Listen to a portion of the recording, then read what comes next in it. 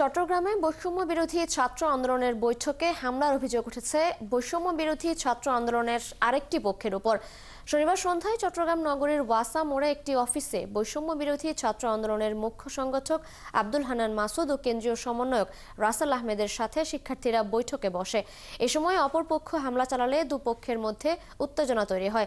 এরপর রাতে সংবাদ সম্মেলন করে কেন্দ্রীয় সমন্বয়ক রাসেল দাবি করেন আরেক সমন্বয়ক খান তালাত মাহমুদ রাফি ও তার পক্ষ এই হামলা চালায়। এ সময় রাফি সেখানে উপস্থিত হলে তাদের মধ্যে আবারও কথা কাটাকাটি হয়। এক পর্যায়ে রাফি সংবাদ সম্মেলন করতে চাইলে তাকে বাধা দেয়া হয়। পরে সাংবাদিকদের কাছে হামলার সাথে জড়িতদের শাস্তি দাবি করেন রাফি।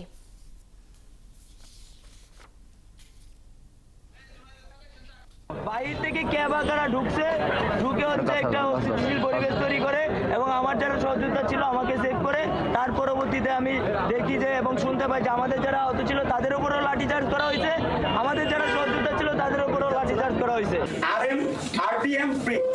আমরা যেখানে অবস্থান করছিলাম তারা বারবার সেখানে স্লোগান দিচ্ছিল। এক পর্যায়ে তারা উদ্ধত হয় এবং সেখানে ভাঙচুর করে।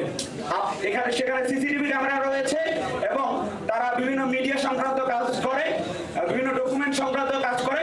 আপনারা সেখানে সিসিটিভি ফুটেজগুলো যদি কালেক্ট করেন, সংগ্রহ করেন, তাহলে আপনারা ফ্যাক্টটা খুঁজে পাবেন আসলে সেখানে কি ঘটেছে।